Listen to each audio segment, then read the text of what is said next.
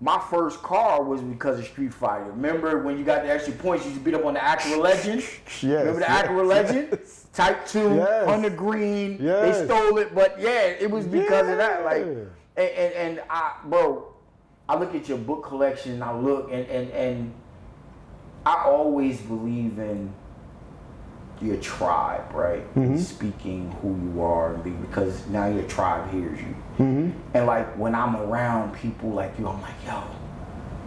And even when you said create, I'm like, man, I ain't really got the bread for this, but I'm gonna buy little things.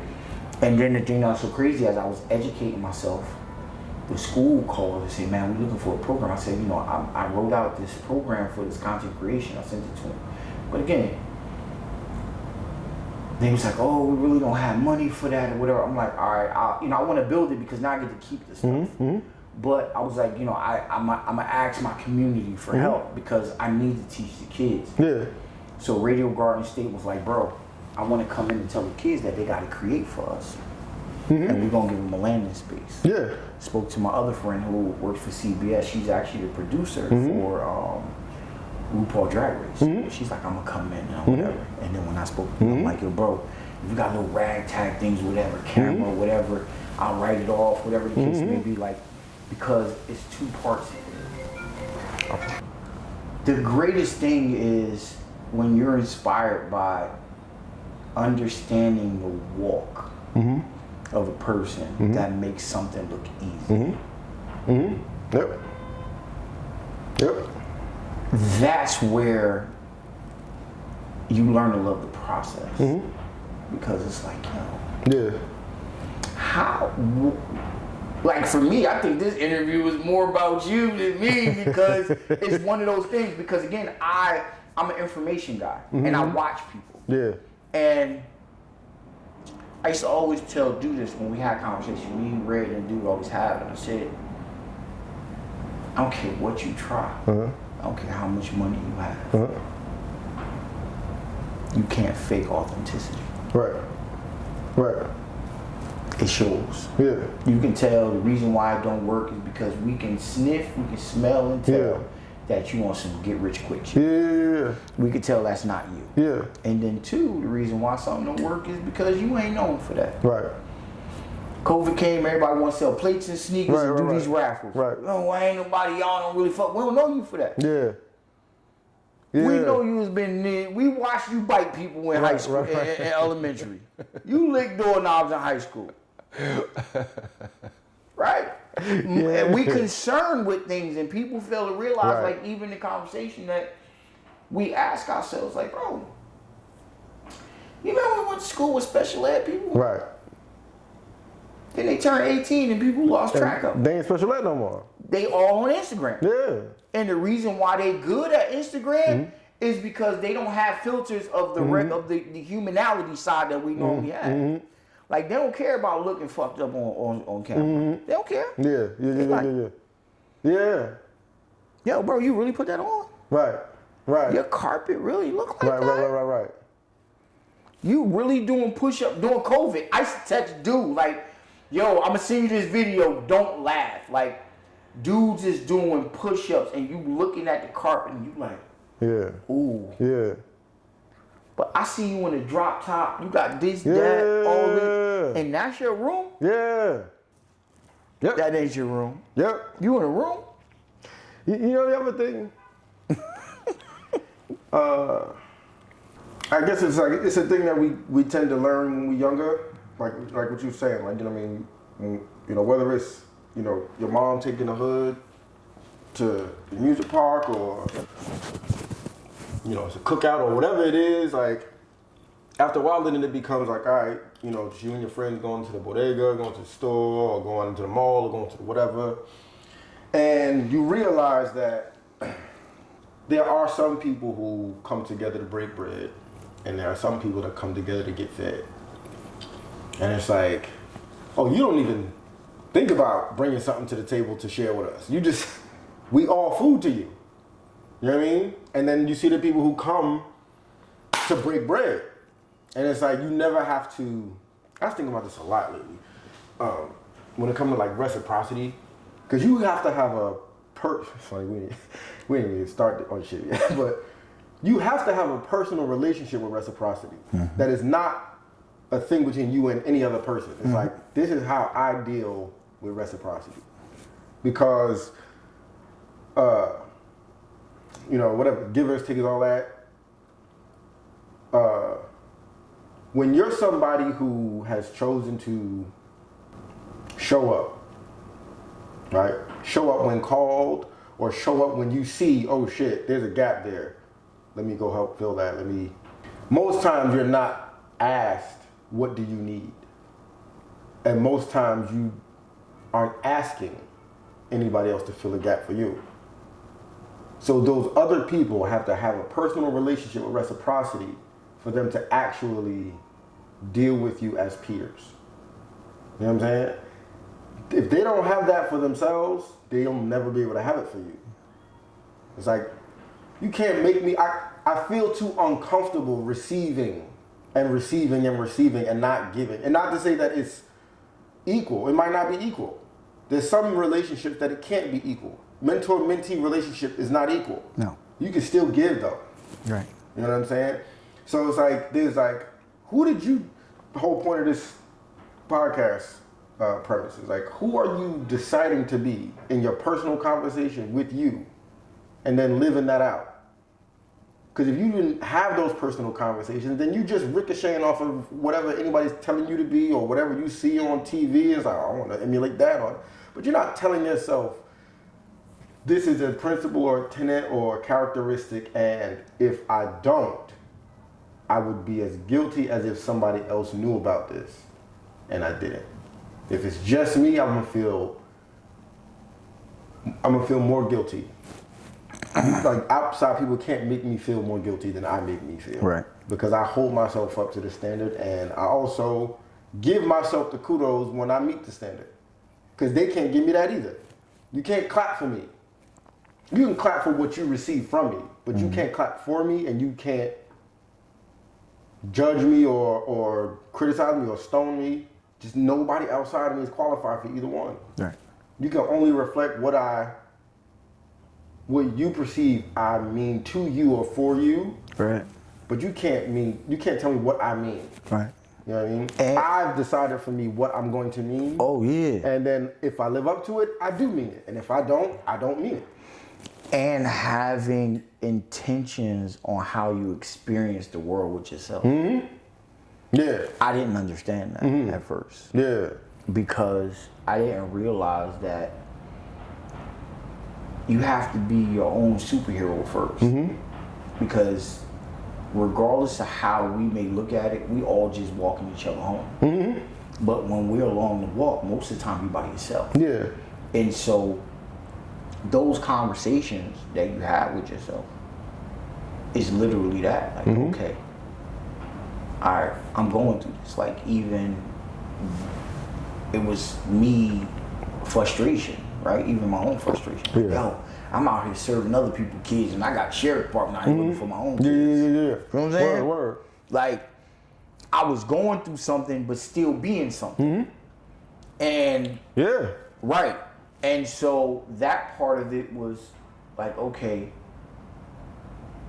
it's like in the Antoine Fisher story, like, who gonna cry for the little boy? You know Yeah, your word. Like, because it's like, I don't know how to ask. Shit, I don't even know what I'm asking for. Yeah.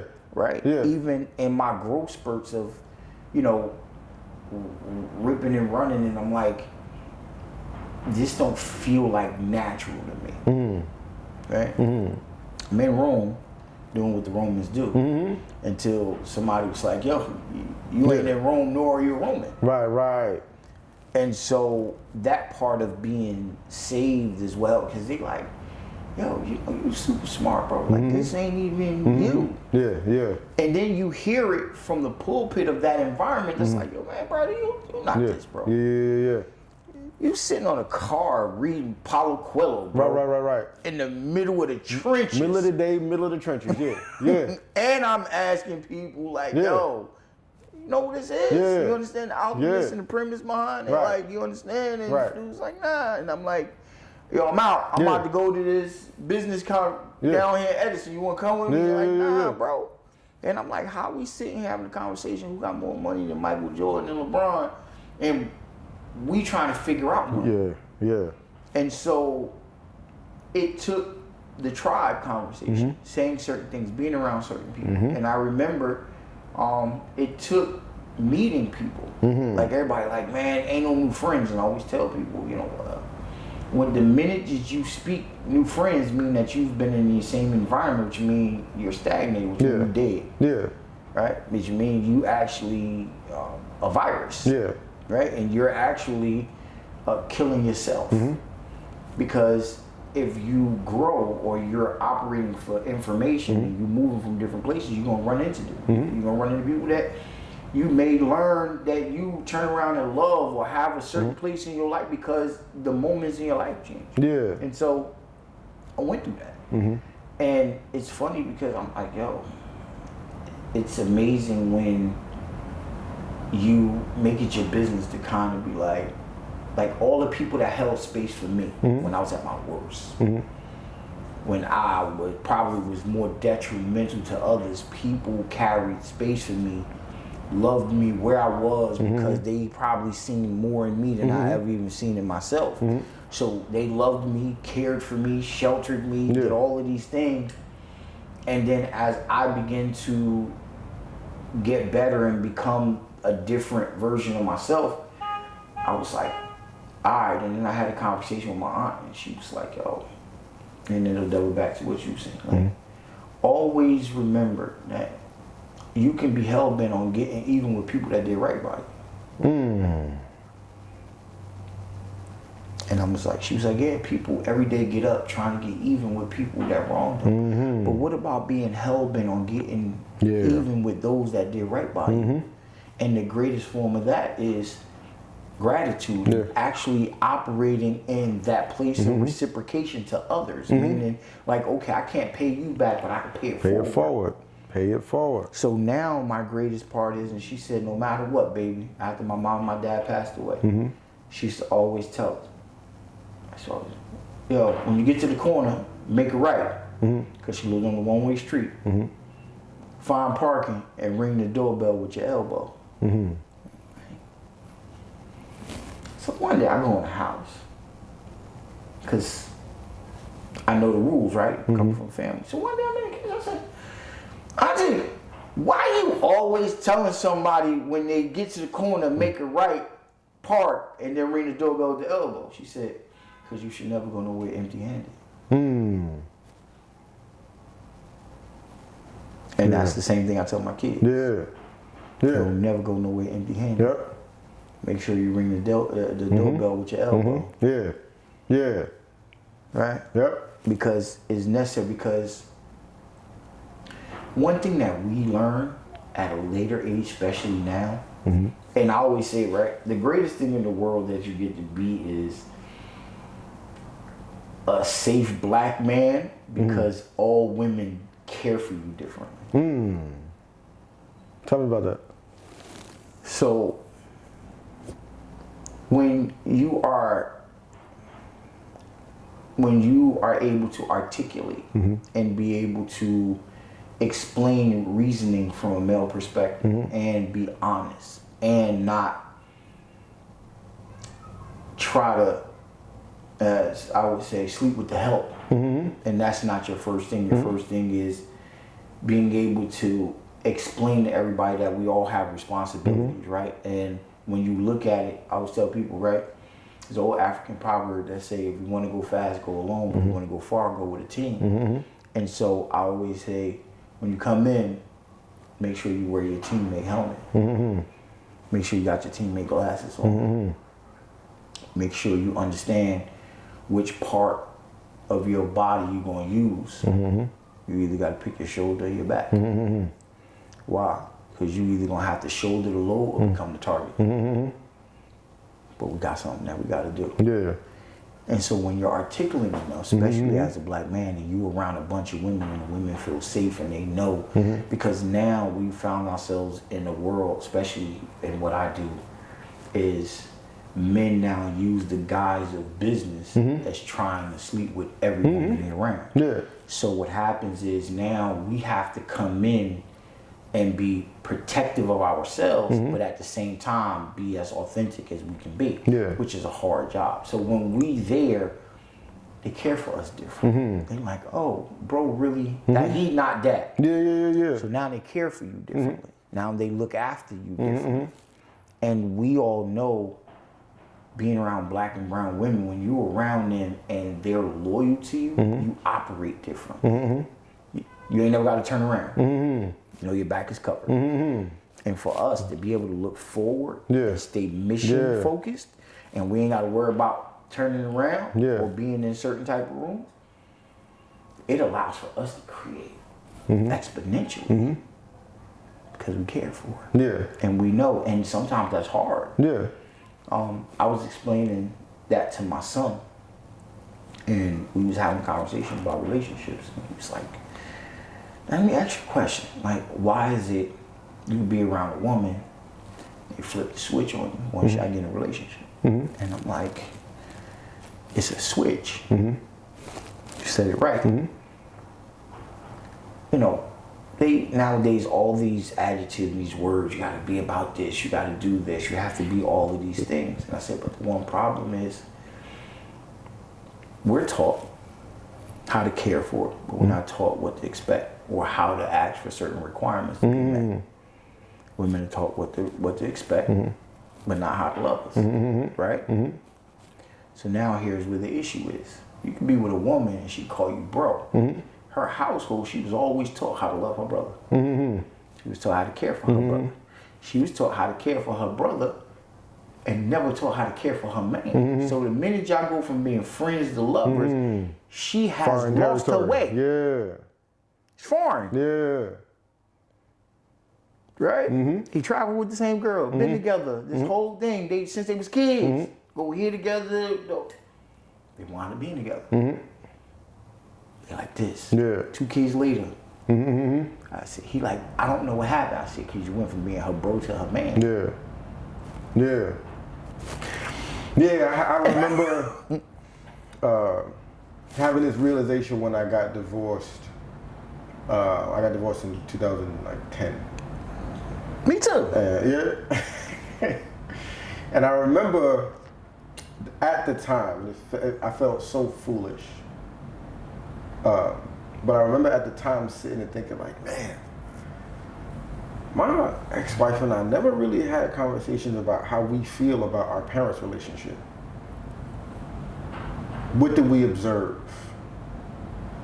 Who is that man to you? Who is that woman to you? Who is that man to me? Who is that woman to me? Like, what do I think of the role of a husband from what I saw from my father? What do I think of the role of a wife from what I saw from my mom? And what do you think? We never had those conversations. You know what I mean? We had like fringe mentions and comments in general, but not like, nah, we about to lock in. And so for us to lock in, let's find out what the fuck are we really coming from. Never. And it was just like, oh. The idea of, wanting to be married, wanting to be a husband, wanting to be a wife. It's like, all right, what kind of husband you want to be? What kind of wife you want to be? What does it look like? And don't tell me tenets, don't tell me principles, because that's on paper. Like, you can talk, Pop, you can talk about what kind of person you are granularly. You can talk about it in moments, you can talk about it in circumstances, you can talk about how you pivot when somebody throws a wild card. You can talk about when you at your low, what you like, when you up, what you're like. And it's not characteristics, it's how you be. It's your human being, you know what I mean? That conversation is not common amongst people delving into relationships. It's like, what does it wife mean to you? What does it mean? Because some of us humanoids, want the title, don't want the role. We want to be bossy, don't want to be the boss. Being the boss don't mean the person who gets to tell everybody what to do. You know what I mean? It's like, but we want to be bossy, because a bossy person tells everybody what to do. That's what you really want. You don't want to be the boss. You don't want to be a wife. You don't want to be a husband. You don't want to be a spouse. You wanted to own somebody, claim somebody. You wanted to express your territorialism. You wanted to have somebody that you felt that it's reasonable to trauma dump on, and they gotta take it. You want somebody that you don't have to earn, because they're yours. And it's like, well, that's cool for objects. We ain't objects. Like, we are whole free people.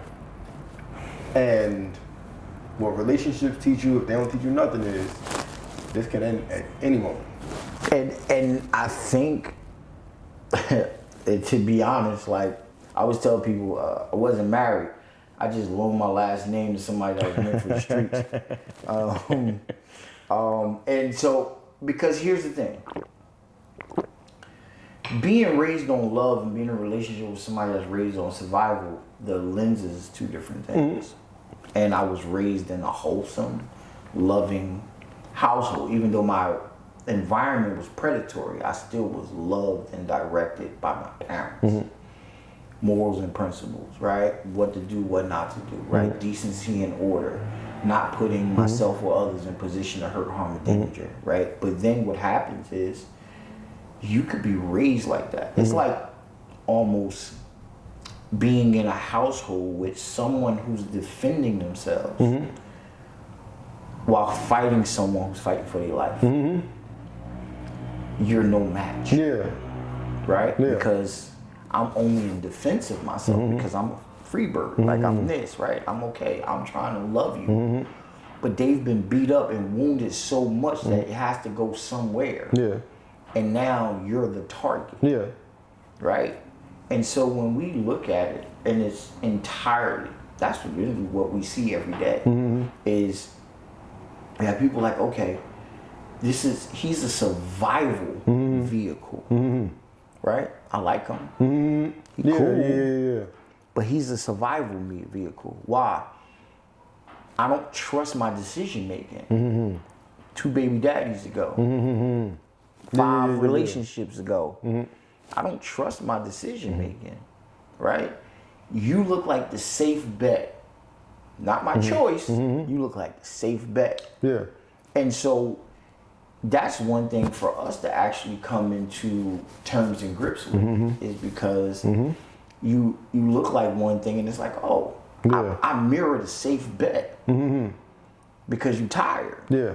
Right? You ain't picking me for me. Right.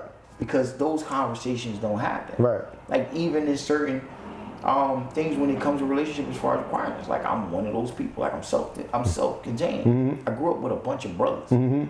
So we had to learn how to cook, clean. My mom was old school, right? She ain't put no mop in the bathroom floor. We had to do it on our, like, we come from that. Doing the dishes, taking the trash out. When you live alone, especially as a man. So what happens is, culturally, depends on where the woman is at.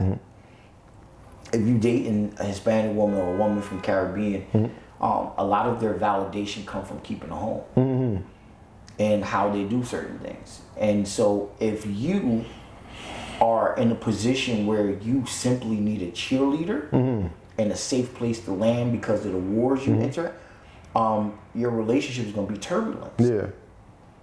Because their validation is based on the conditions and tradition they raised on, instead of coming in with the morals and the principles and creating your own oasis and your own truth.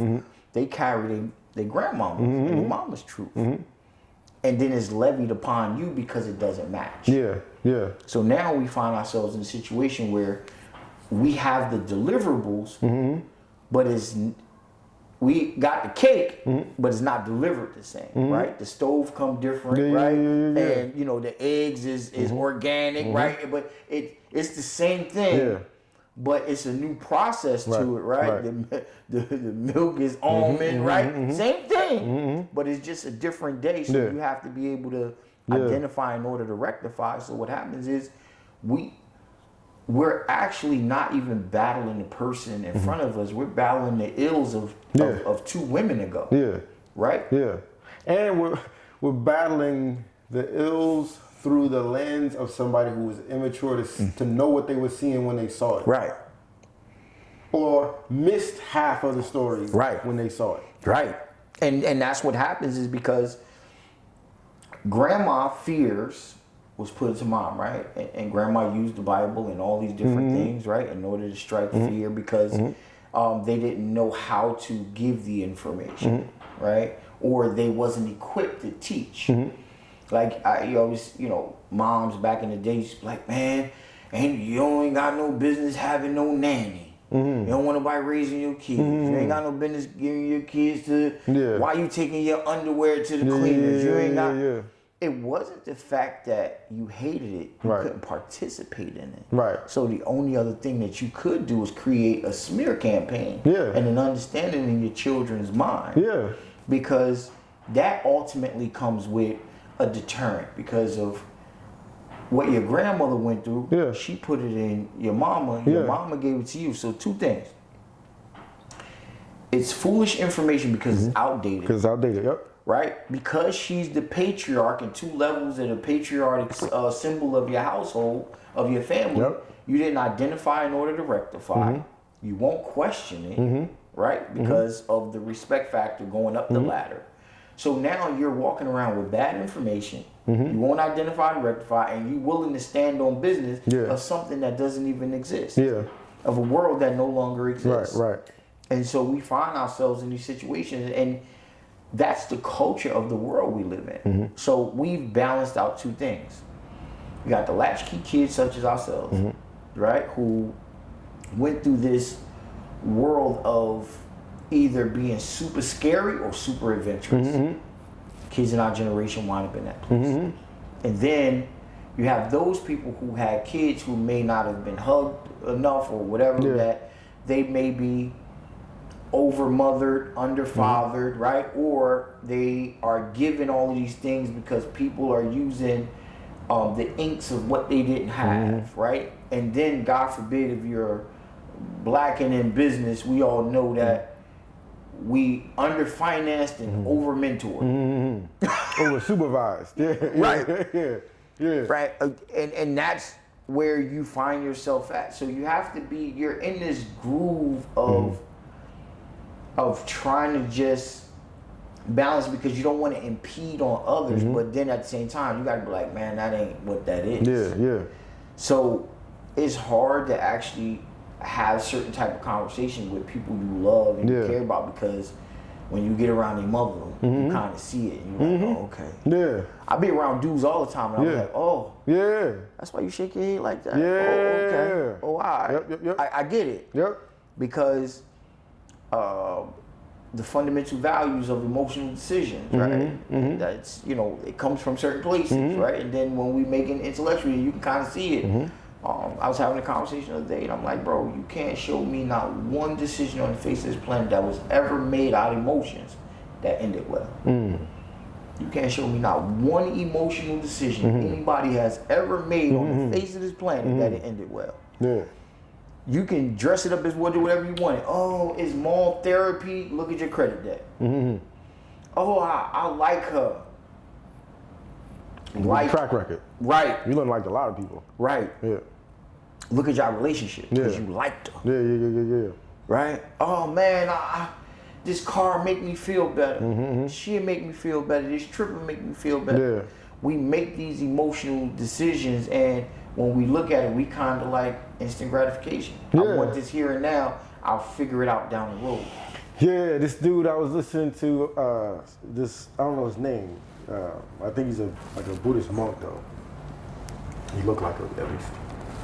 And he made this point. He was like, if the cure for wanting ice cream was having ice cream, we would have cured it a long time ago. Your body doesn't want ice cream, your mind does. Problem is, ice cream does nothing for your mind. So, give it long enough, you're gonna want some ice cream again. And the same thing in like all of these desires and impulses and deflections, like emotional deflections of what would actually nurture us, we be going for, but I like it. It's like, there's a part of you that likes it because it does something for your mind, but it don't do something for your spirit, don't do something for your heart. And the thing that it does for your mind isn't even healthy for your mind. It just relieves the desire at the moment. in that moment. You got the thing, but the thing literally melts into nothing, and then you don't have the thing anymore. And it's the same way in relationships, it's the same way with work, it's the same way with friends, and it's the same, like, it's the same across the board. Having mastery of our minds, and understanding, and then mastery of our minds, like, oh, how am I operating? Because, like, unless you are either sufficiently mentored and taught to observe yourself, to correct yourself, to encourage yourself, or you get to a place in your adulthood where you're looking back at, oh, wait a minute, this is me. So let me look at me differently, because I've been looking at everybody else. And now I turn around and I'm like, oh, this is me. It's not everybody else. You can pay attention to who I actually am in the world, who I actually am in my family, who I actually am to myself. Like, having those things allows you to recognize, how does my mind actually work? How quickly am I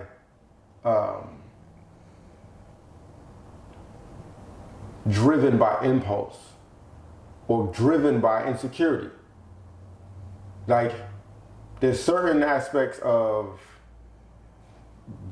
being moved to act, moved to do a thing. Is like, all impulses, even to do what you wouldn't otherwise do, if the impulse is bad, you have to find a way around it. Or you have to find a way to retool the impulses. I have an impulse where if I respect you and you disrespect me, I'm about to dance on your fucking ass. Yeah, right. I know I'm that way. Right. If I don't respect you, you can't disrespect me if I don't respect you. Right. But if I do, and in some way you do a thing that offends me, offends my self-respect, I'm about to dance.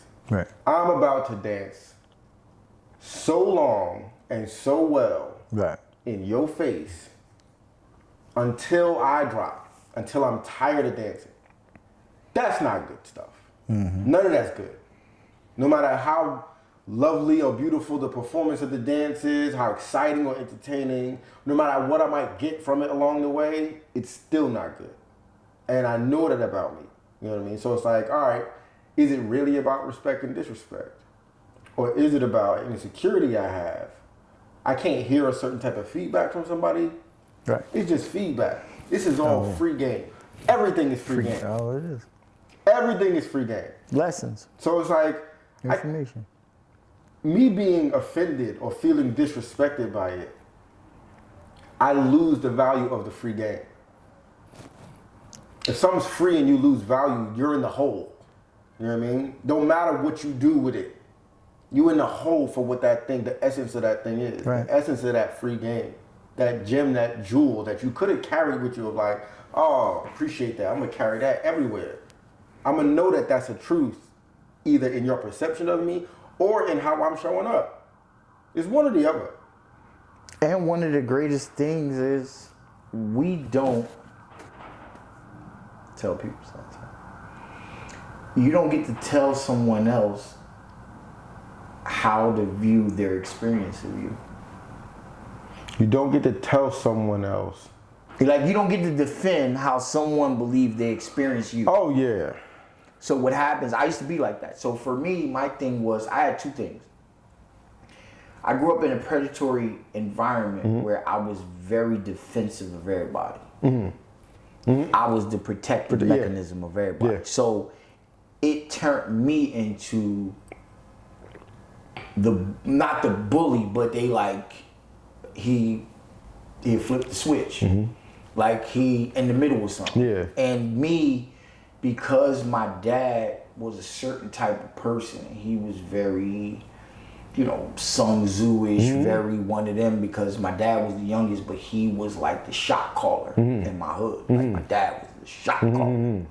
And so it was one of those, he had a simple answer for everything, but it meant a lot. And he's like, you got into an argument and his thought was it worth killing him? Right. Shut the fuck up. Yeah. If it wasn't worth killing him, shut the fuck up. So you just knew what it was. Like there was no reasoning behind it. Like if he treaded water enough, just go handle your business. There's nothing to discuss. Like why are you having a conversation about it?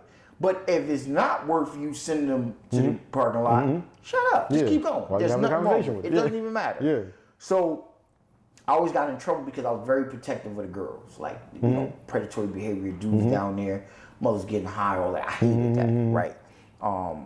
My first time ever seeing a judge because it just triggered me.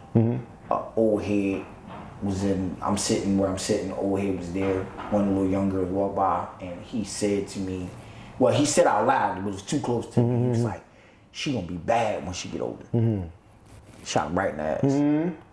That was weird to me. In my mind, you were sizing her up from a place that it just didn't. So, like, it just went off. Pow! Everybody like, what the? And I just stepped off. And I'm like, bro, you lucky I ain't hit you in the head. Because, again, that's predatory behavior, bro. And so I dealt with that a long time where the old heads would, I call them, they used to go surfing. Around the first of the month, on Fridays, you'll see them out. You'll see them sitting on their cars. You'll see them speaking to the young girls. You'll see them, because they knew Friday everybody was getting fresh. They knew what it was. They knew the first of the month everybody was going to be nice, so they was going to get the little crab legs or whatever. These dudes never showed up until it was this time. And then, you know, their cars is clean or whatever. So I took offense to that. So I used to always get into it because I'm like, I help them out, I do whatever I could, you know what I mean? But it used to always bother me because I'm like, this is an environment not for that. So I think that was even my choice in women, trying to save women. Right? And even in the choice of women, it was like, oh, why not from, you know, Build-A-Bear perspective, but I can save you. You feel what I'm saying? And you fail to realize in the act of saving someone else, you may put yourself in a position to drown. And most likely you're going to lose you in the mix of it. But it was always like the pretty broken girls. Right? The super pretty broken girls. And then you like, ooh. And you like, man, just as much, because what happens is, if you come from a good household, you'll normally watch your mother love your father out of some stuff. Watch my mother through some stuff, out of some stuff. I watched him love my father. I watched my mama love my father through drug addiction. I watched her, you know what I mean, prison. I watched her back to school, degree, masters, took on the bills, like, and that age, it was like a woman found every reason to stay. Where we live in an environment where a woman look for every reason to leave. We come from an environment where I watch my dad, you know, even taking on the premise of when you get more or you have more, you showcase your family more. Where now we live in an environment where you can give, but a woman could grow through something, become more of, and she's gonna show the world how independent she is, versus adding more on to what's already happening. Not saying all women, but through my experience. And the general narrative. Today. Absolutely. Like that's is I need to show you how independent I am versus that part. And so even when we look at relationships and spouses, like a part of most men is we want to cohabitate, we want to be with our person, and we want to build these things as a, you know what I mean? We grew up watching the Huxtables, right? We grew up watching the Jeffersons. We grew up watching, you know what I mean? All of these different things where the narrative was, you've seen the women go through things or the husband go through things and the wives stayed, and there was these building of these family nucleuses that walked off into the sunset. And even whether it was college, right? Like I couldn't wait to go to college because of, different world. Yeah. Right? And understand, and then you really get an RA and you like, wait a minute. Right. That ain't that. Right. You know what I mean? Yeah. And so we look at these dynamics of what we was raised at. Mostly everybody I knew was married. Mm-hmm. Like I grew up, except for, that one uncle that had a roommate that they lived in a one-bedroom apartment. Yeah. Like outside of that, right. I'm just saying. All I'm saying is, not until I was older, I didn't realize. You know what I mean? Yep. You know what I mean? They pull up, and that was like my coolest uncle. Yeah. It's like, oh no, that's my uncle roommate. Yeah. You just ain't never been over to the house. Right. And then when you 15, 16, you go over there, you like, I'm sleeping on the couch. Where you at? Right? So when you look at that, we go through certain experiences. And so I think all in all, I love the experience. Like I'm one of them people that I live in two worlds. I live in the world of creating value for myself, but I'm also wanting to be a safe space. And I think sometimes people misconstrue the purpose of a safe space and being a safe person. Sometimes in the world of construction, it's like I've been in the world of construction. Safe space means that I move everything out the way at a distance where nothing can be harmed in this one act. So it's not for me to save a person. It's for me to be able to create an environment for you to do whatever it is that needs to be done for you to help you. But not for me to jump in, because now that's how shards of glass hit you. That's how you get hit in the head. Yeah. And also a safe space is not a space that allows you to be reckless. Right. On a construction site, a safe space also means everybody here is adhering to safety protocols. So you don't get to come into the safe space and like, all right, cool, now I got a space where I can wild out because it's a safe space. Right. Nah, that's not what a safe space is. Absolutely. I remember having this thought about, to your point about, savior, realizing that I had a savior complex and a hero complex and where it came from. Or where one of the places I would say it came from. And I thought about like, man, as a very, very young child, first person in the world that I ever considered precious was my mom. Subconsciously, right? But that's a precious thing.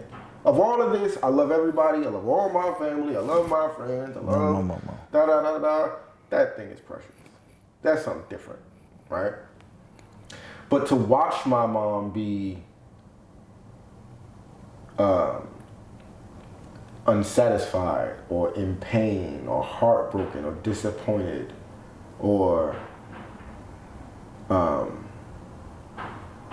to see her be damaged by her relationship with my dad, by the inner workings of their marriage, right? And knowing that I got nothing, I can't do nothing about that. Like there's nothing that I know that that's not okay, and I know that I'm not equipped with anything for it. And I think I carry that elsewhere into like, oh, I'm gonna save anybody I can save, right? Immediately, if you tell me you're in trouble, I'm reaching for my cape.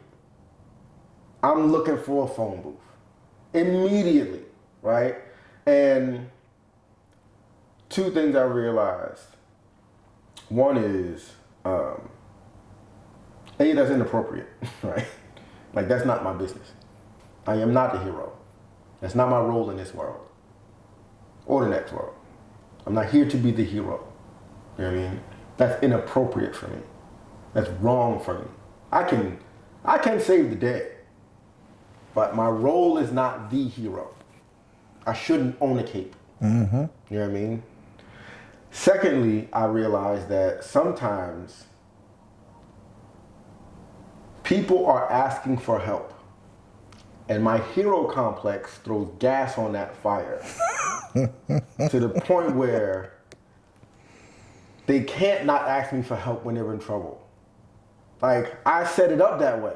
The way I show up, the way I come through, how quickly and how completely I come through, how you not gonna ask for help the next time around, right? But it's still not my business. So it's like there's some people who ask for help because you made it so plain and clear that that's what you're here to do. They're not asking you for help because you're the appropriate place to go for help. You just made it too easy. Why would I look elsewhere? Tehsuan gonna do what Tehsuan do.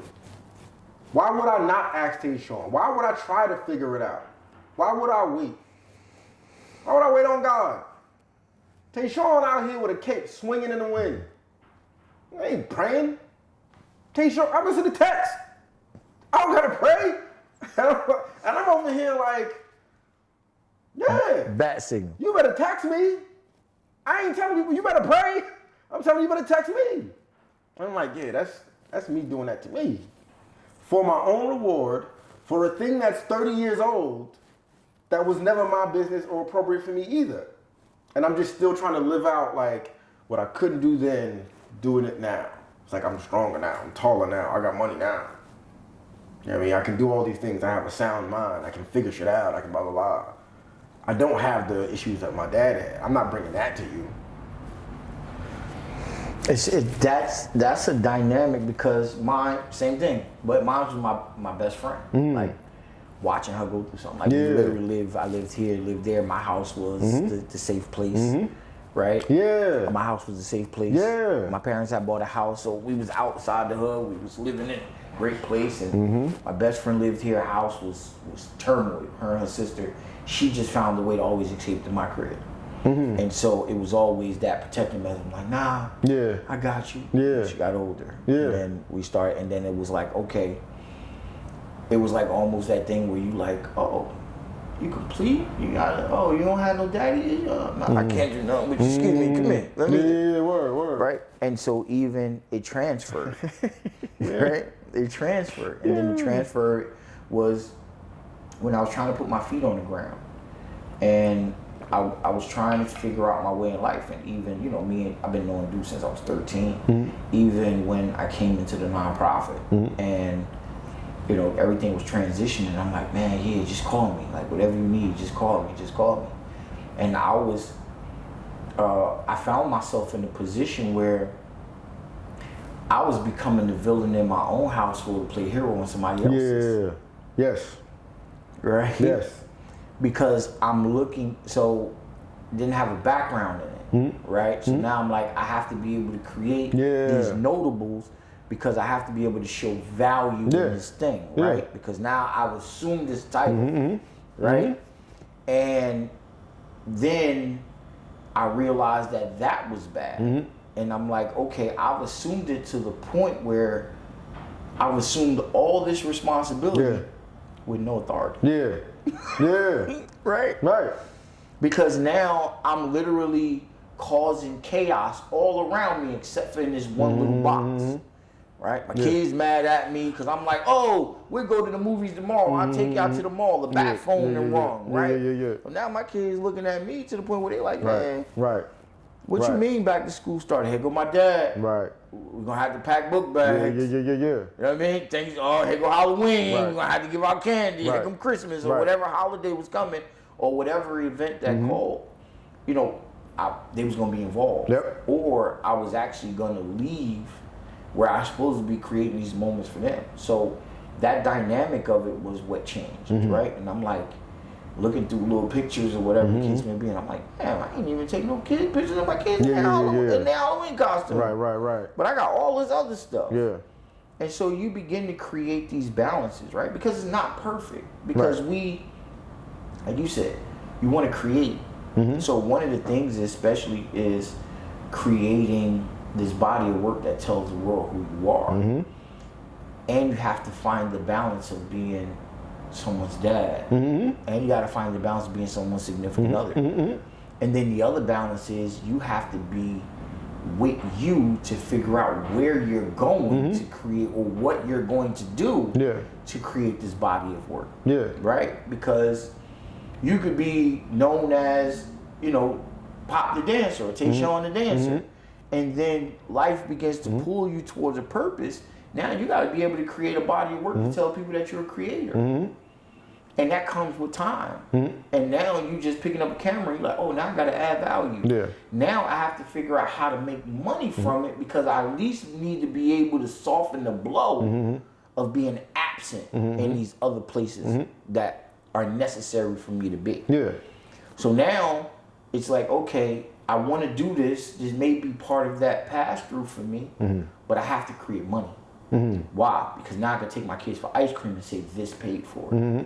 Right? Now you're putting pressure on something because it may only be a portion of your life. You might only be going through this for a season. Not meant for you to stay there. Now you locked in some place and you haven't got to your true destination because now you're trying to do something else. And so that's where having those dark or those in-depth conversations with your people. But you gotta have that conversation with yourself first because now you gotta settle you down. I was thinking about what's more valuable or what's more important, my dream or my path. And I don't have a conclusion yet, right? But I'm leaning toward path. Because the dreams change. I've had dreams that I've forgotten. Actually. Right? Also, dreams are of my construction from what I've seen and heard. Right? I don't have a dream that I've never seen before. Right. You know what I'm saying? But my path is something that has never existed before. Right. That my path is custom fit for me and for my highest self. Like the best I'll ever be. That's the path. You know what I mean? My dream might fall short of that. My path can't. My path is it. You know what I mean? And like, how do I then align myself and my dream or abandon my dream and be open to new dreams in order to stay attuned to my path? Like, in order to stay navigating on my path. Because like, to your point, it's like, you might have met me doing spoken word somewhere. You might have met me when I was a Jehovah's Witness, knocking on your door. Right. You might have met me as a photographer. You might have met me in City Hall somewhere doing some press conference or something. None of that stuff is me. These are all just fractions and facets. There's bricks in the foundation. foundation. These things are an expression of the totality of my path. They're an expression of the course of my path. My path came from these things, came through these things. The next things, I don't even know what they are. You know what I mean? I might just become a fucking coffee geek and create something out of that. You know what I mean? I might just get into plants or whatever. I don't know. You know what I mean? But that remaining available to and keeping a door open to there may very well be, and most likely is, something for me that is better for me than what I want and righter for me than what I'm used to. And if I close the door for that, I won't create it on my own. I won't create better on my own because I'm only going to create from what I've seen, what I already see, what I already envision. I'm already convinced of these things. You know what I mean? Right now, I'm convinced of like the things that I do right now. If you introduce a new thing to me, I'm not convinced of that. But it may be far better than whatever else I'm used to and however else I'm winning right now. Right. You know what I mean? And like, when it comes to like the people who have taught me along the way and showed me things and exposed me things and protected me and all these things, like there's also a factor of I have to quote unquote disappoint every one of them in some way, because none of them could fathom what my height actually is. Right. It's not possible for them. Right. They just know I got potential. They know I can get somewhere with love and encouragement. But nobody can say what the ceiling is for me. So I'm gonna break through every ceiling if I stay on my path. You know what I mean? Including the ceilings of the people who poured into me, encouraged me, got me here. Like some of them, I'm gonna have to break some of their hearts. Right.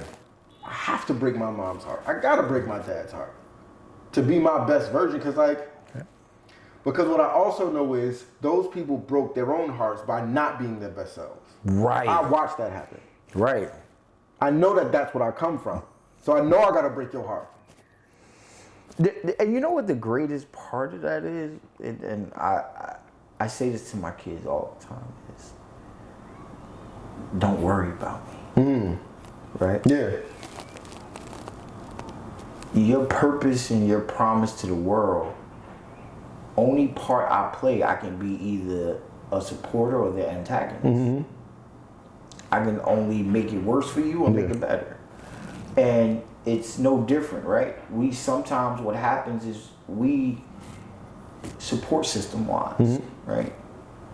A lot of times we get thrown off of our path because it's not clear to us, and someone that loves us may ask us too many questions because it's not clear. It's just, no, I'm supposed to walk this walk.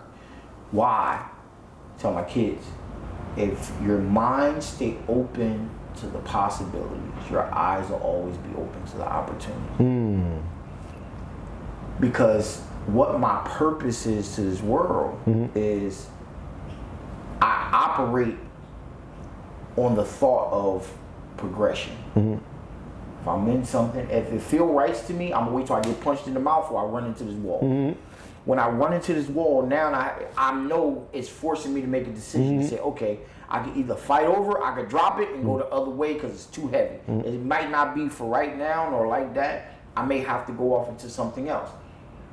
Podcasting, journalism, all of these things. I remember buying all of this stuff and I'm like, I gotta come back to this. And now I'm ready. Because I had to do something else. Yeah. But that's not my ultimate. Yeah. This is only a part of it because this is gonna lead me to something else. And I learned how to fall in love with the process of things. And when we look at it, we sometimes are trying to figure it out. Because I'm trying to figure it out. And be like, oh man, you know, I think I'm in the mood to open up a hot dog truck. Your support system only thought is who got the mustard, who got the ketchup. Yeah. I don't know how you about to do this business. You don't know. Yeah. You just got to get there. It might not even be for you. It might be meant for you to set it up and somebody come and buy it. You're not supposed to marry this portion of your life. Right. You probably just need this for a process, and it's part of your process. And I think sometimes that's what it is. Like a friend of mine was like, yo, you know, I'm trying to build out this thing. And I said, all right, first and foremost, don't marry the idea of the complete part. You got to start at the bottom. Like what? I'm like, hey, look at your finances. All right, you may have to do something else. Take that money, roll it into something else in order to get to where you're going. But along the way, you might realize that's not really what you want to do. Right? You have the idea of a restaurant, but you don't even like cooking for your family. Right. Right? A lot of times what we have is, I always tell people, the reason why I don't support a lot of stuff and I learn how to stay away from it is because, and I'm mindful of it, I'd rather just give you a couple of dollars than to buy the plate, because the reason why you charging me this astronomical number is because that's not what you love to do. It's a hobby. Yeah, yeah. And you're not convinced of it yet. It's a hobby. Yeah, you need me paying this high price to convince you of the worth of the thing. Because you don't think it's that You got grandma's recipe on that mac and cheese, and you turned it into a hobby, and now you trying to force me to pay this to appease you. Yep. That's not even your thing. Yeah. Right? You don't have a love for this. Right? You and I both know, because it goes into your price. Yeah. I see what you charge me. Yeah. And so when we look at these things, I think people sometimes think that we don't have the same odds. Right? I see things from a certain perspective. I've tried it. I've done it. I've tiptoed around things before. I've tried these different ventures because our job is to create. Yeah. Right? Yeah. We're supposed to try different things, create, make these different things, and where we're supposed to go. And so what happens is when you look at it in life, it's like I get up today, my responsibility is to be better at every level of my life than I was yesterday. And then my ultimate intention is to always leave people better than they were when we first encountered each other. And then try not to get in the way of myself or others. Yeah. Because we sometimes can cause other people affliction because we get in the way of stuff. Like, one of my friends I'm 45 years old, bro, and one of my friends has said something to me about 2 years ago, and it threw me off. And I learned from it. On the phone, we having a conversation, and I'm going off, and bro, like, Pop, before you go any further, let me ask you a question. You want me to listen or you want my advice? Yeah. So what? He said, I need to know how to be of service to you. Because you want me to listen. It's one of those things. Now, we done figured out what to do. So he's like, because now my mind is not trying to calculate the information differently. Yeah. He was like, so you want my opinion or you want me to listen? Yep. So then, it threw me, and I started thinking about it. And then I started delving deeper into it. And then I had a conversation with multiple people. And then it was the long version of figuring out what I always say, but I don't really say. I say to myself is, everybody don't want help. Some people just need attention. Yeah. Yeah. Yeah. Yes. And it dawned on me, and I'm like, is that a natural, okay thing to do? And I think it is, because I ask people like, yo, do you want me to help? Or you just want me to listen? Yeah. My mom died last year, right? Yeah. And during my mom, she was diagnosed with cancer in like March, and she died in September 1st. So like not even September.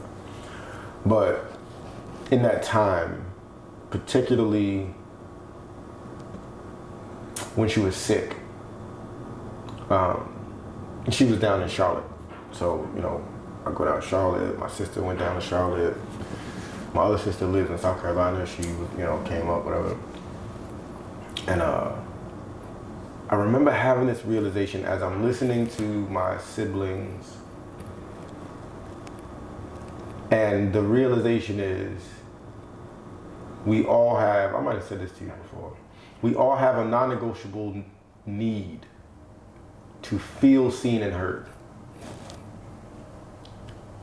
And it's not something we're conscious of, for the most part. So the question of, do you need me to listen or do you want my advice, is like, are you bringing this to me for exchange or because you want to be seen and heard?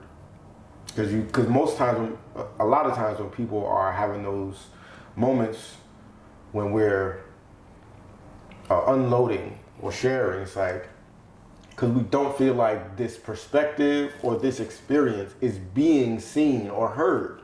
I got to tell somebody this because there's nobody, apparently nobody's seeing this. You know what I mean? Or acknowledging it. I don't feel it.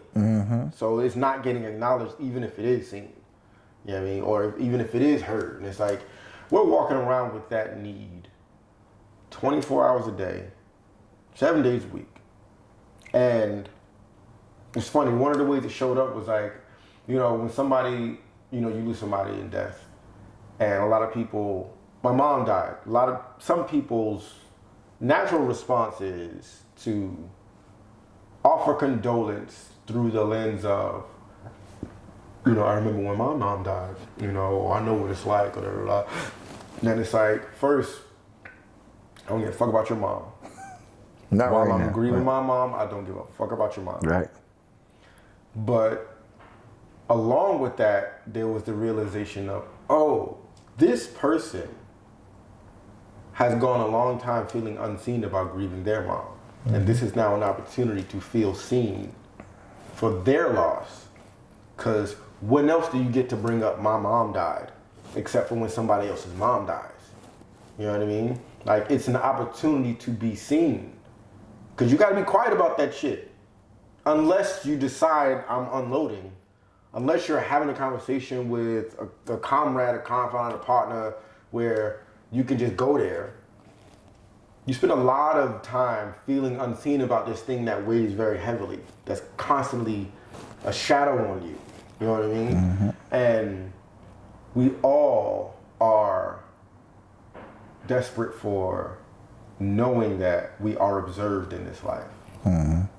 Because there's so much going on in life. And it's like, yo, does anybody see me? Anybody, y'all remember me? Like, if Facebook don't tell you my birthday, you know what I mean? And it's like, yo, that's a thing that's happening that we're not doing it to each other. We're not trying to like bludgeon each other with see me. But there is a place where it gets so desperate if you feel like you've gone too long without it, that it's like, yo, fucking see me, man. I'm right here. You know what I mean? I'm here. Checking me out. Right? Mm-hmm. And I'm hurting. You know what I mean? I'm here and I'm hurting. So it's like, appreciating that that's what we're all doing means that nobody's guilty. Right. Nobody's guilty. You might be doing it poorly. You might be doing it ineffectively. You might be doing it with, as a reflex and not as a process. But we're all doing it. We're all trying to convince ourselves that we are seen and heard. Right. And feel that. And it's funny because even with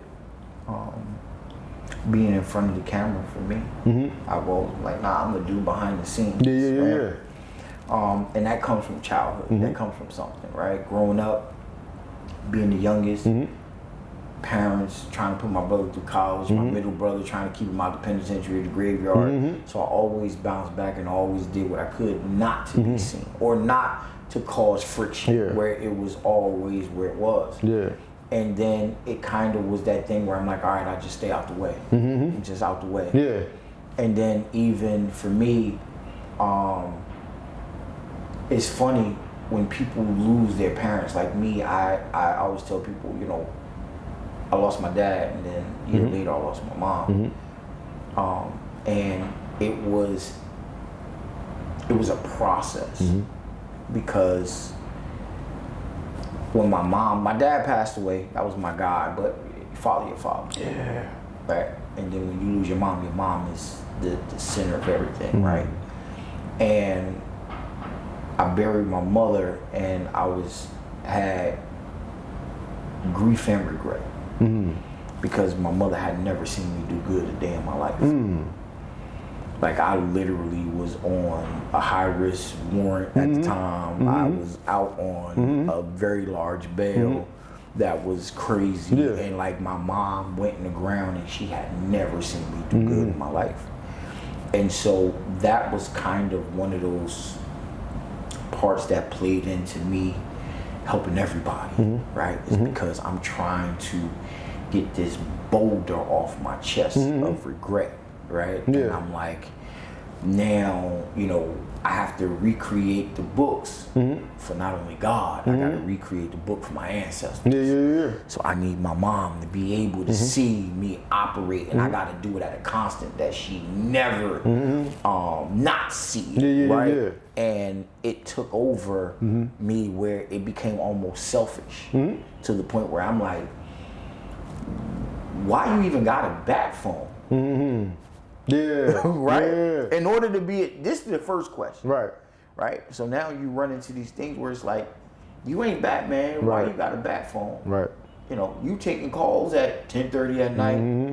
it's a Saturday morning, it's Sunday afternoon where nobody else is responsive. Yep.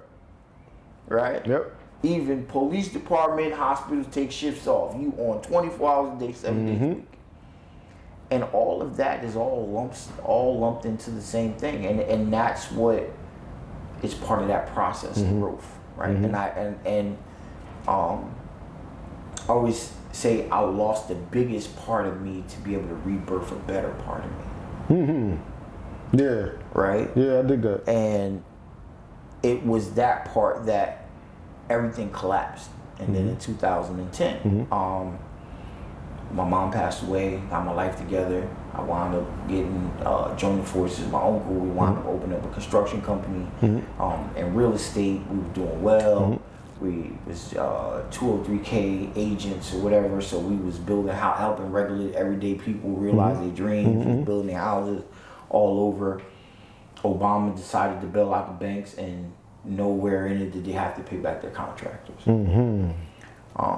And one day I go home, RFH Lending and some of the other, what's the names, like, you know, we're shuttering our doors because whatever, and basically a peace sign.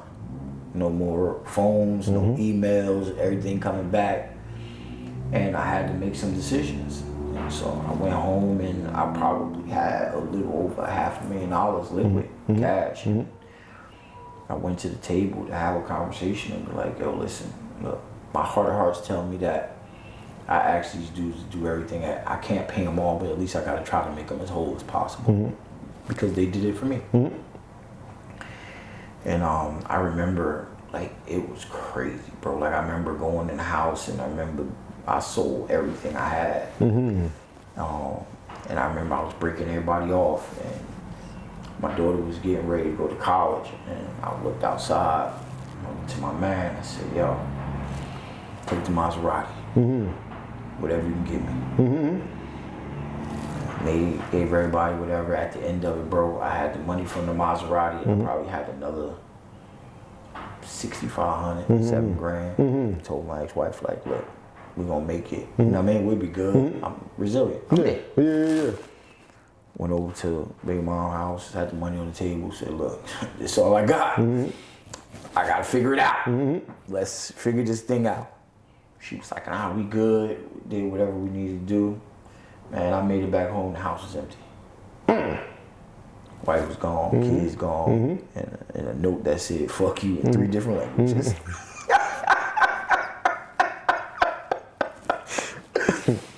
Can't do that. Yeah. I gotta give up my Facebook life, because back then it wasn't Instagram. I gotta give up my Facebook life. Right. And that was another one of those moments, right? When you run into the wall. Yeah. It's like, whew, what am I gonna do now? So now, and trying to locate my kids and do all of this, and everybody turned them. Nobody know nothing now, nothing. I'm fighting. And it's so funny is, I was broke down, and my man says to me, my cousin actually, Jalene, was like, yo, I'm going to go to this thing, speak to kids. I go in there, I'm broke, I'm broken. I walk in his room, go speak to the kids. It was called Fathers on Fire. And I looked over, and dude was sitting there. Went there, had a conversation. I was like, bro, I know you. Just like that. And he looked at me. He was like, you know me? I said, yeah. I said, I got into a fight in 7th grade because of you. You the rapper dude. He looked up at me. He said, who are you? I told him, I said, I'm Dante's little brother, my older brother. They went to Shaw University. Okay. They drove up together on their first turn home in the Nissan Sentra. He came to the house when Cycle first came out. I wound up going to school. We was after school. Video music box come on. The video come on. Me and my homie get into a scuffle because he just, you waiting for them cameras to come back from Rite Aid, man. And you ain't got them pictures. My mother didn't get paid the Friday. We wanted to get in scrap because he was like, hey, you learn that dude wasn't that job. So, yeah, we get into it, and the rest is history. 2010, I run back into him, and we've been together ever since. And again, I was telling you, I live a life of serendipity, bro. If I go into detail, it's just like some of the wildest things that could possibly happen on good levels, weird levels, like everything. Like I done been in places, bro, just like weird things happen. I would say like most of my life is like serendipity. Like I literally am the black version of Forrest Gump. Like how his life was just serendipity. He just worked his way out. Yeah. And I tell you, it always happens like that. Like if half of the stuff, if I told you how it happened, you'd be like, nah. Right. But it literally happened like that. And even me meeting people at chance meetings, I'd be like, man, I ain't going. I don't feel like going over there. And I've met people. Yeah. Like I literally went, best friend, she went to Union High, she wound up going to UNLV she opened up a logistics on Russell in Las Vegas. I went over there I was supposed to have been there for 7 weeks, stayed 3.5 years. Like, I got pictures and videos to show you. Like, it just happened. Like, like literally. I was supposed to have been there and it just happened. And I could tell you some of the wildest stories. And just going here, met somebody, we was kicking it, whatever. I wound up having this company in Vegas called Diamond Mine. You know, we hustlers. So I went over there with money or whatever the case may be, and we wound up buying this dude's jetty. And because what happened was, it used to be a bunch of us. So she was renting out this mansion, and it was her friends, girlfriends, they was renting out rooms. So it was always like 12, 14 people in the house at any given day. Like it felt like you just somebody was there. And so we got tired of taking cabs. So we was like, yo, let's just buy a jet. So we go get one from this dude that happened to have a TV in it. We wound up driving it damn near by the middle of nowhere in California by the naval base to get it wrapped or whatever. We named it. We ain't have no paperwork or nothing. So we would go to all the concierge and we would, you know what I mean, give out the card and we like, yo, anybody that take it, we give them 10%, but we really was paying people. Like, you know what I mean, taking care of people. And so we wound up making a lot of money. We wound up making a lot of money. And then ran into my man and it's a bunch of stories. Like, bro, I can tell you some stories and I'm like, how did I get here? Like, and then I came back. And I just came back. And then, like, you know, my man wound up marrying a chick in the industry. Like, it was this whole thing. Like, he was a church kid. He was my right-hand man. I flew him out. I came home because my dad got sick. We flew back. And he was a night I slept. Like, he would go out in Las Vegas heat, which was like the wildest thing in the world. He just like to walk around. And then I ain't see him for like 4 days. We talked. Like, he's like, nah, I ran into this chick, whatever, whatever.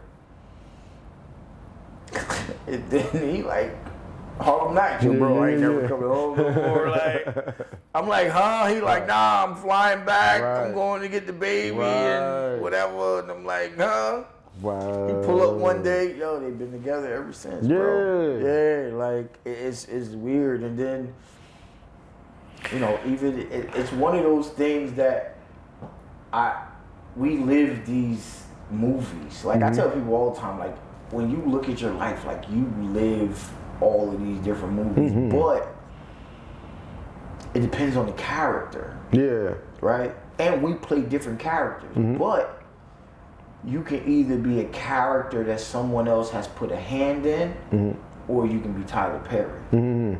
Right? Where you create this character and it's in his authentic self. A lot of people not gonna like it, but sooner or later they'll fall in love with it. And it's like, that's what we have. We have this thing to be. Because truthfully, everybody don't get the same version of you. It's impossible.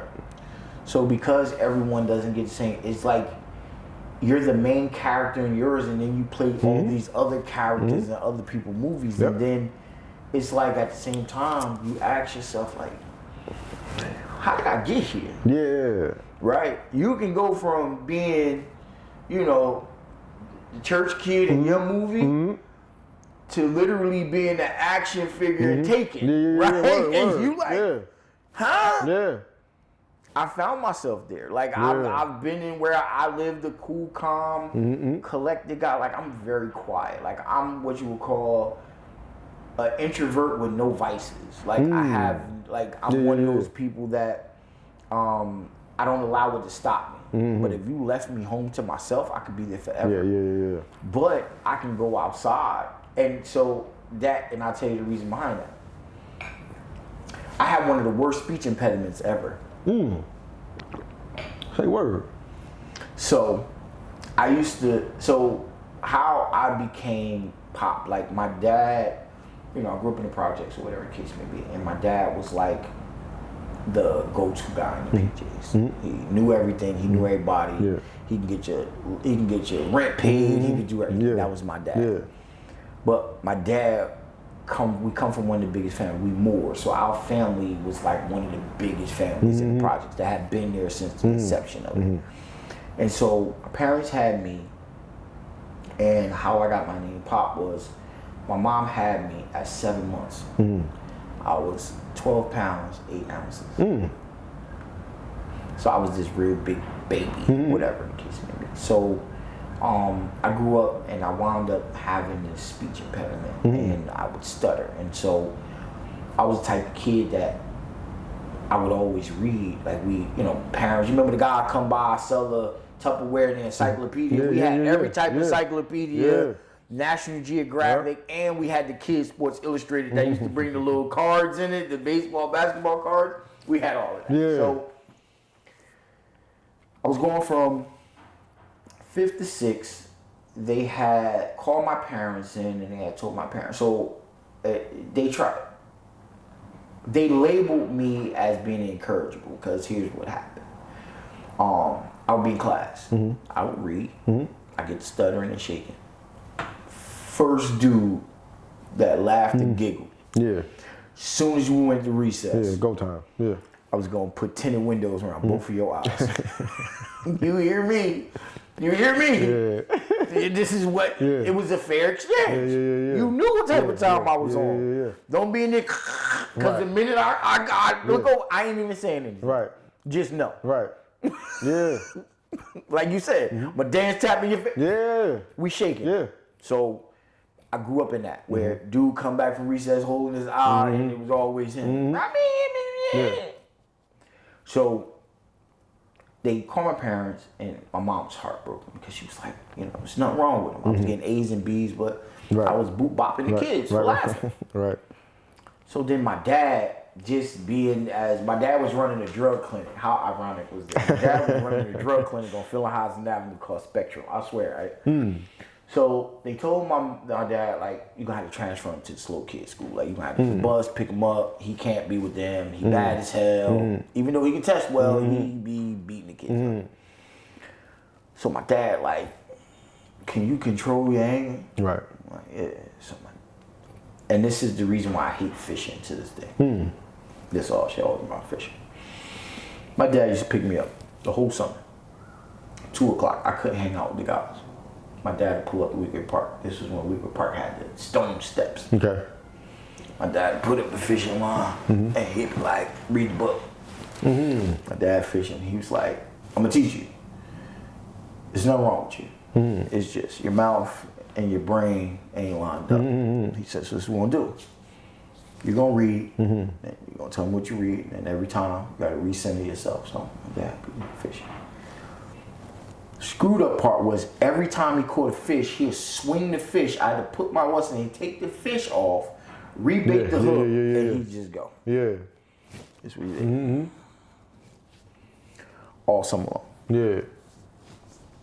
Come August, I don't have a problem. No issues. Yep. School come, fresh haircut. I got my little Guess jeans on. You know what I mean? And I never forget, I had some Guess jeans on with Saucony, some blue and white with gray Saucony. Mom walked me in, I'm fresh. Yeah. The principal and I'm looking at my mother like, why is he here? Right. I spoke to everybody, good morning, how you doing? Mom like, you ain't even hear him. So they took me to child study team, all of that, parents fighting. I stayed in school. I wound up, I wanted to finish up the top of my class and all of that. And I say that to say that we can love people in and out of anything. And just as well as we can love people out of their darkest places, we can sometimes push people into their darkest places. I learned how to remove myself from trying to push people to be the best versions of themselves. Because if they're not prepared for it, or if they can't see it, what happens is if they love and care and honor who and what you are, it'll push them into depression. So loving people where they are and how they are until being who they are no longer serves them, then you can help them along the way.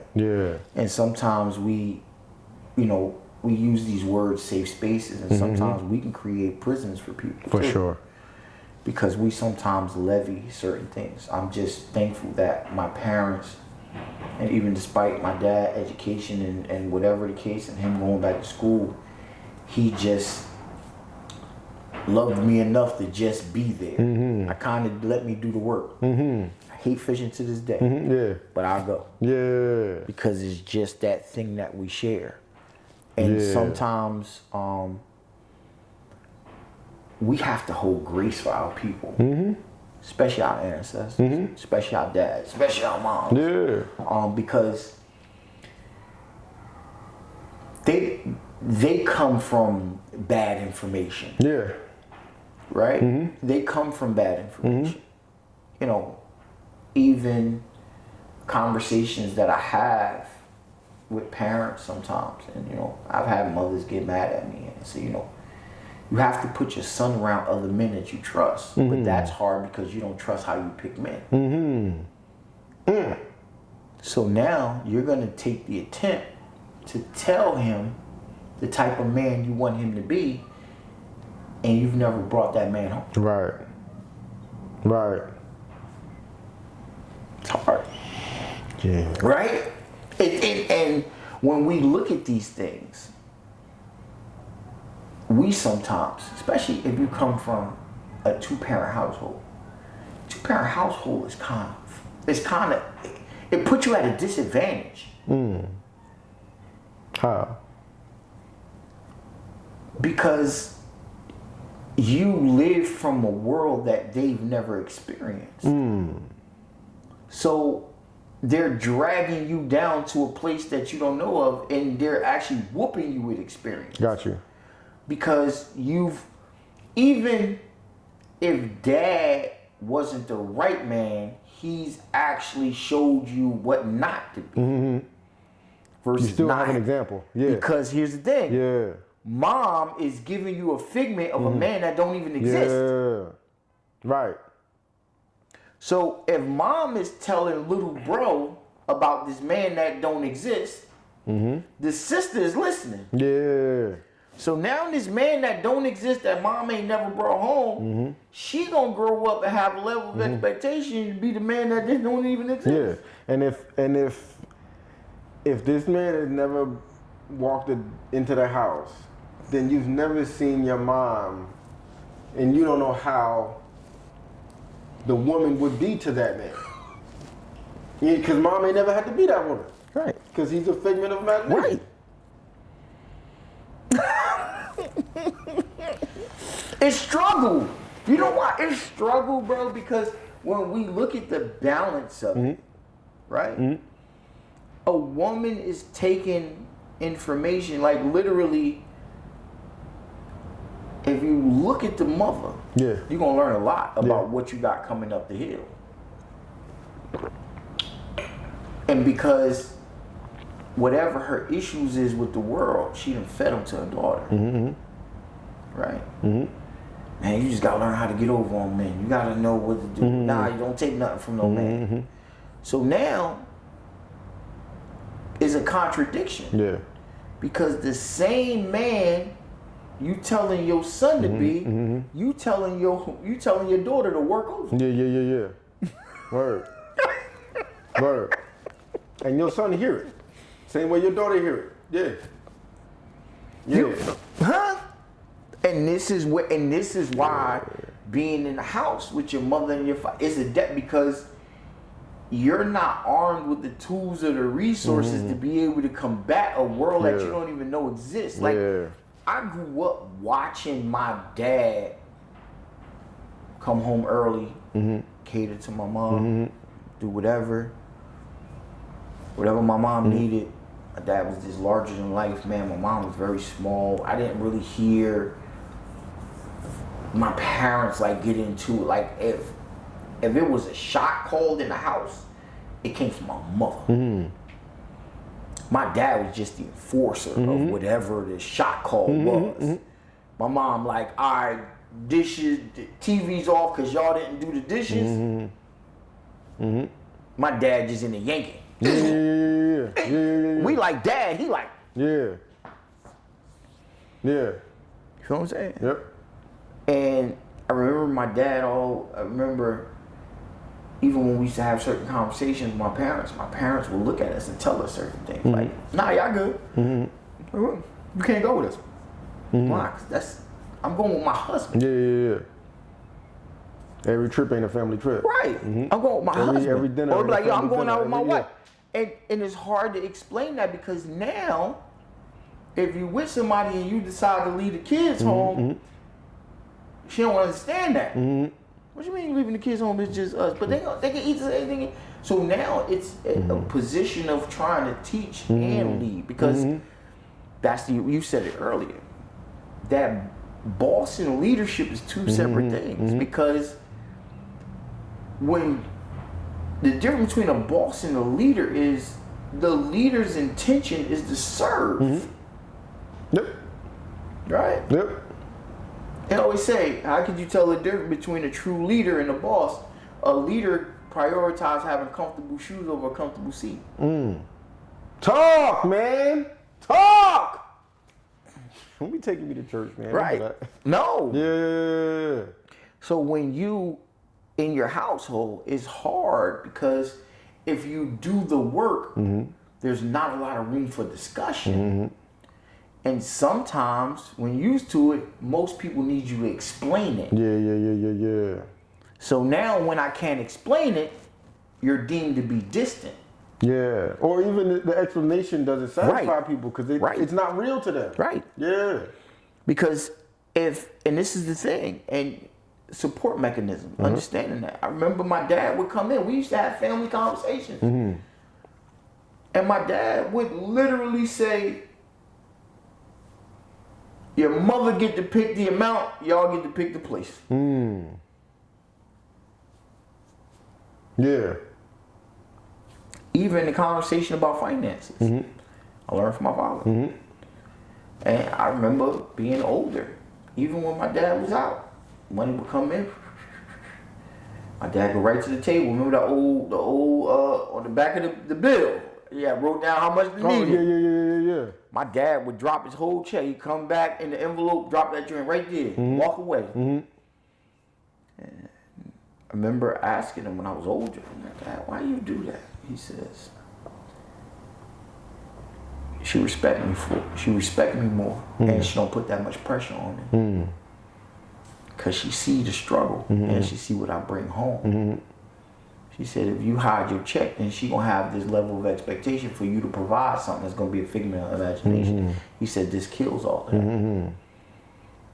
He said, we on the same plane. She get to do what she do. She watch me bust my butt. She watch what I do. She see how I come home tired. She see all these bills that need to be paid. She respect me differently.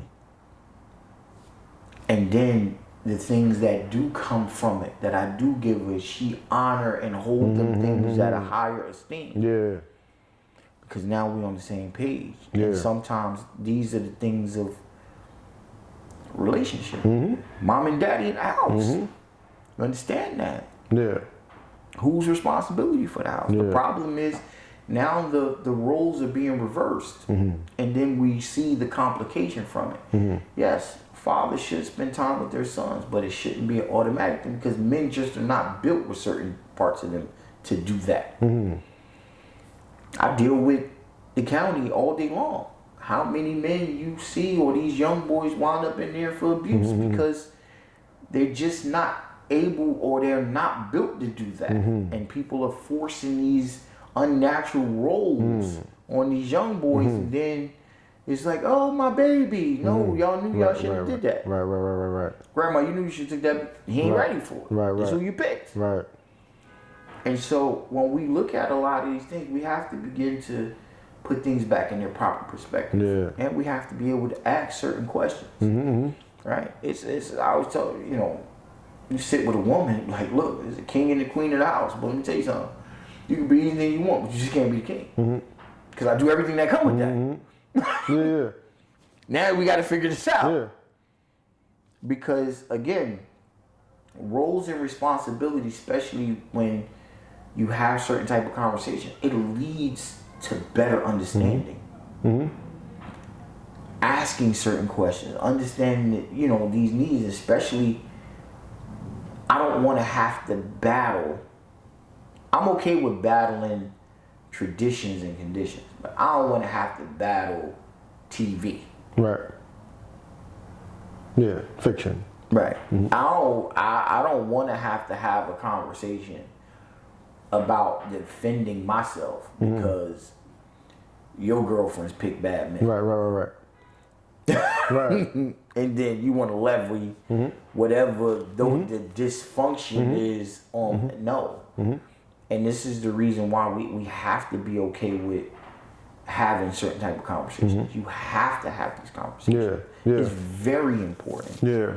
And then two, also, we got to be okay with having certain conversations amongst men. Because it's important, man. We live in this world where if we don't have nowhere to go, we're not going to be here too long. We don't have nowhere to be vulnerable. We don't have nowhere to either seek guidance, instruction, information. Yeah.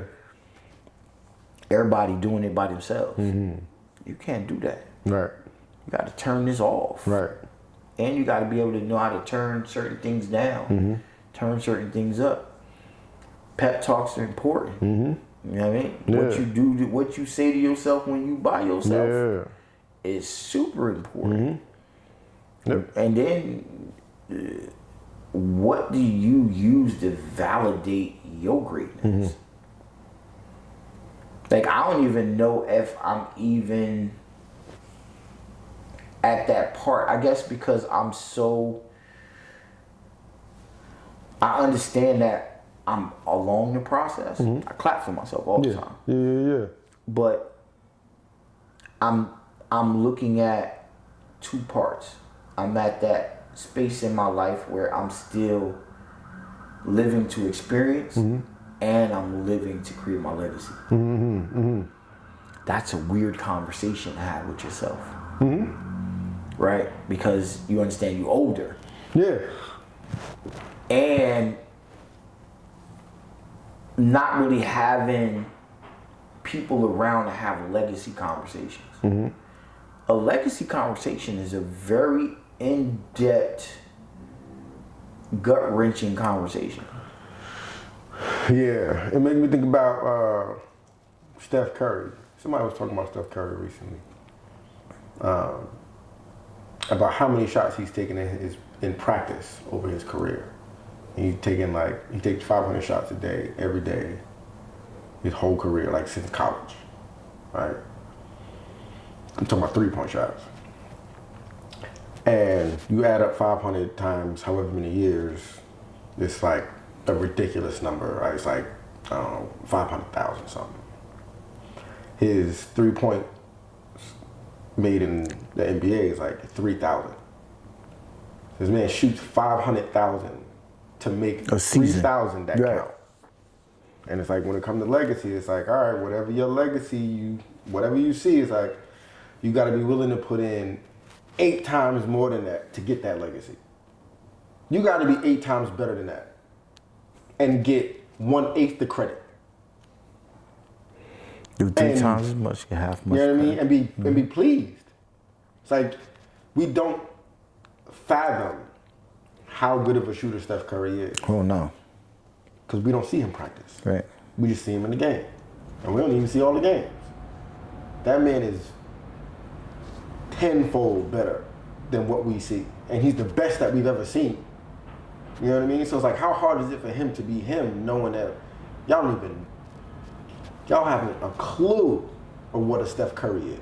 Right. And like for all of us in our legacy, it's like, get comfortable with the world not having a clue what you are. Right. Because in order for you to have a legacy worth having, you gotta be tenfold better than whatever that is.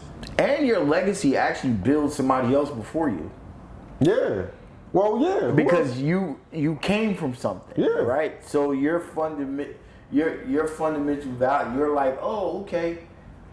He's here because of this, or these 2 people, or these 3 people, or he came through this pipeline. Yep. And that's why he's that. So you actually enrich somebody else's legacy before your own. Absolutely. And I was like, oh, okay. Yeah. And even if it's not like, even that other person won't be more famous than you because of what you did, but you don't get to, you're not on an island, you're not in a vacuum. So it's like, whatever you do, there is somebody else that gets the credit for you even being in a place to become what you became. And somebody that's not going to get applause. And if you don't say their name, nobody might say their name. Nope. But that is absolutely the formula. You don't get there without somebody pushing you into that spot, somebody loving you into that spot. I had that. Sometimes I look back, I had 20,000 pictures somewhere in my cloud. And I go back, 15 years, and I go back to it, and I'm like, they really loved me at this point, to the point where it was like, how did you, sometimes I do that all the time. I'm like, yo, how did you see it? And they like, we could tell you just was wandering. You know what I mean? Yeah. You was wandering. Yeah. And I kind of just was like, okay, we know that way don't work. So let's just send you this way. You was wandering, caught in the middle. Right. Okay, let's just usher you a little more towards this place. And so I think that's important, man. And I think being guardrails for people, man, and just really, I got a friend that's, you can't reap the benefits of something but cry about the process. Right? Yeah. I had a friend, bottle girl, stripper. You can't penthouse live with what, but you like, I don't like the fact that they touching me. And I'm like, well, you can always go become a manager. Yeah. I think that's the part where we fight at with our people, right? It's the fact nah, you're gonna suffer. You're either gonna suffer through circumstance or you're gonna suffer through change. But you're gonna suffer. Yeah. You just better make sure that, and you gotta be okay with the suffering. Yeah. It's like you get to decide. Right. But every decision comes with consequences. Right. You can't choose both. You choose your decisions, you don't choose the consequences. Nah, listen, and the thing is, I think people, right? I think people do that all the time, right? Where they want the decisions, but they don't want the consequences of those decisions. And so that's why you have a lot of these kids that they live the lives that they live nowadays, because they don't factor in the consequence. Right. Or they believe that it's not real. Right.